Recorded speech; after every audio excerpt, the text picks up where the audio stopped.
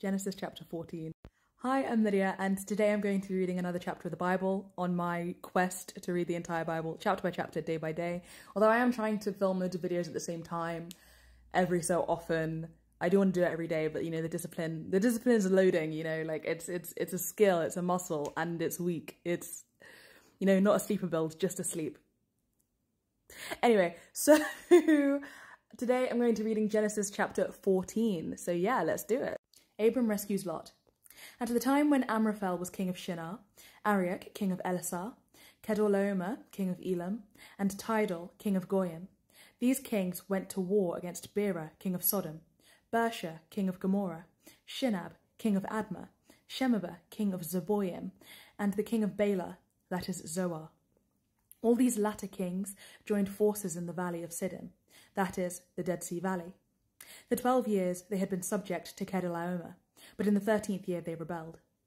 In the 14th year, Kedorlaomer and the kings allied with him went out and defeated the Rephites in Ashtaroth Karnaim, the Zuzites in Ham, the Emites in Shaveh Kiriathaim, and the Horites in the hill country of Seir, as far as El Paran near the desert. Then they turned back and went to Mishpat, that is Kadesh, and they conquered the whole territory of the Amalekites, as well as the Amorites who were living in Hazazon Tamar.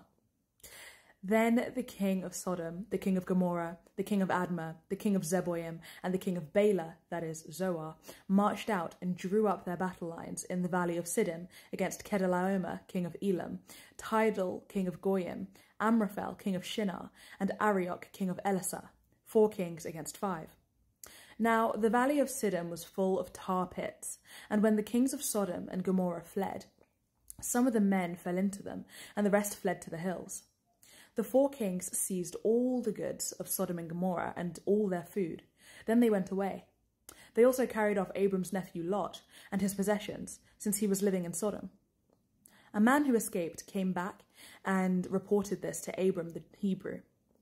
Now, Abram was living near the great trees of Mamre, the Amorite, a brother of Eshcol and Anna, all of whom were allied with Abram.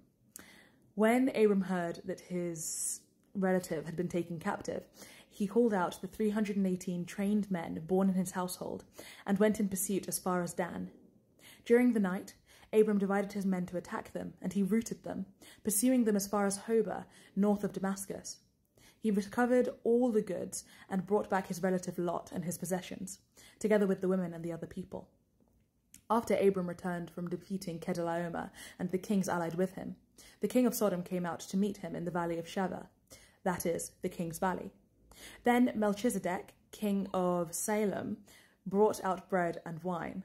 He was priest of God Most High, and he blessed Abram, saying, "Blessed be Abram by God Most High, creator of heaven and earth, and praise be to God Most High, who delivered your enemies into your hand." Then Abram gave him 1/10 of everything. The king of Sodom said to Abram, "Give me the people and keep the goods for yourself." But Abram said to the king of Sodom, "With raised hand I have sworn an oath to the Lord, God Most High, creator of heaven and earth, that I will accept nothing belonging to you, not even a thread or the strap of a sandal, so that you will never be able to say, 'I made Abram rich.' I will accept nothing but what my men have eaten, and the share that belongs to the men who went with me, to Anah, Eshcol, and Mamre. Let them have their share." Right, thank you so much for joining me. One of these days, it will be a 100% good read. But unfortunately, today was not that time either. It's always, I get like halfway through and I think I get a bit cocky. Or like I try and say a prayer like a quarter of the way through because I don't pray before. I should. I'm going to start. But oh my gosh, it grinds my gears. I'm so close. Anyway, it's fine. Thank you. Sorry. Thank you for joining me today and for reading the Bible with me once more. And I pray that, you know, all is going well with you and that God blesses you abundantly today and tomorrow in case I do not post. Thank you for joining me and good night or good morning or good afternoon, wherever you are. God willing, I'll see you tomorrow. Bye.